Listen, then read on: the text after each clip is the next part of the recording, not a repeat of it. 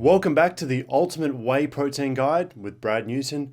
In this discussion, we'll talk very quickly about the last type of whey protein you can buy on the market. It's called hydrolyzed. It looks like that little packaging on your screen.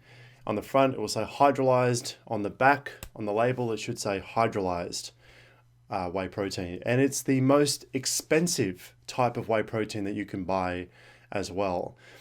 The reason why it's the most expensive to buy is because it costs the most to produce, because it's the third level of filtration. Think of it like we have concentrate, which is hardly processed. It is still processed, but it's hardly processed. Then it's processed or filtered to become isolate, which is further filtered to become hydrolyzed. So whey protein hydrolyzed or hydrolysate is the most expensive for manufacturers to produce because there's more manufacturing required and therefore it costs more to buy. Now, the reason why it's, hydrolyzed is because it's what they call pre-digested. In other words, the, particles have been broken down further at a molecular level so they can be absorbed faster into the body and therefore into the muscles.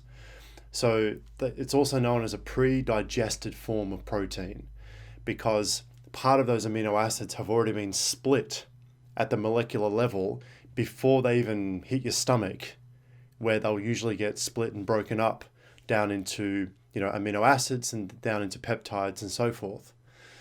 So usually with a hydrolyzed type of whey protein, all of the subfractions have been completely pulled out. So essentially there's no real health benefit to consuming a hydrolyzed form of whey protein. If you are, severely lactose intolerant, this is probably a place to start. So if you can't handle whey protein isolate, then you can go with a hydrolyzed form of whey protein. I do know some guys that take a hydrolyzed form of whey protein because they are severely lactose intolerant and they can't even handle an isolate. So you're not taking a hydrolyzed form of protein for the subfractions. Lactoferrin and immunoglobulin and so forth have been removed almost completely.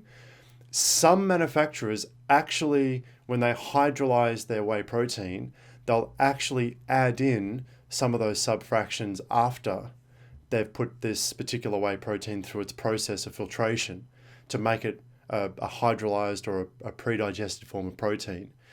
So there are some manufacturers out there which will replace the subfractions that have been destroyed in that filtering process.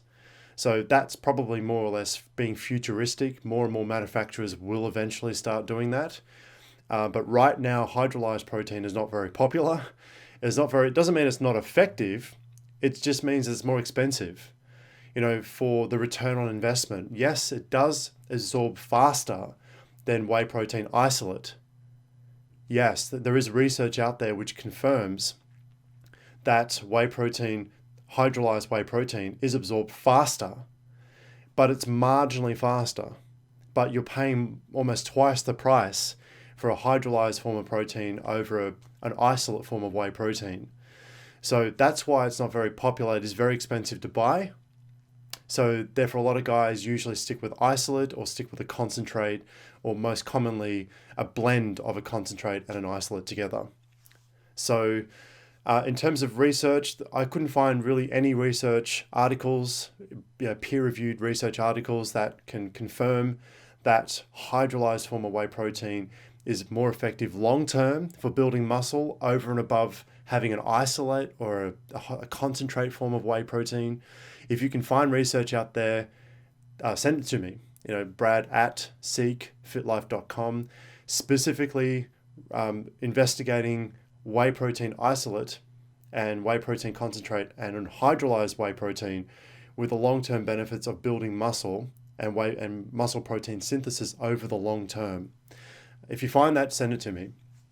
So usually I suggest sticking with an isolate or a concentrate, but again, just to wrap this up, if you are severely lactose intolerant, this probably will be a benefit to you. It is the most expensive form of whey protein out there.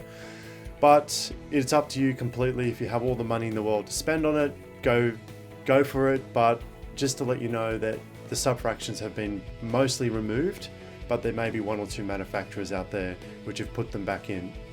So that's all I need to say about whey protein hydrolyzed or hydrolyzed whey protein. Hope this has been helpful. Thank you for watching, and I'll see you in the next discussion.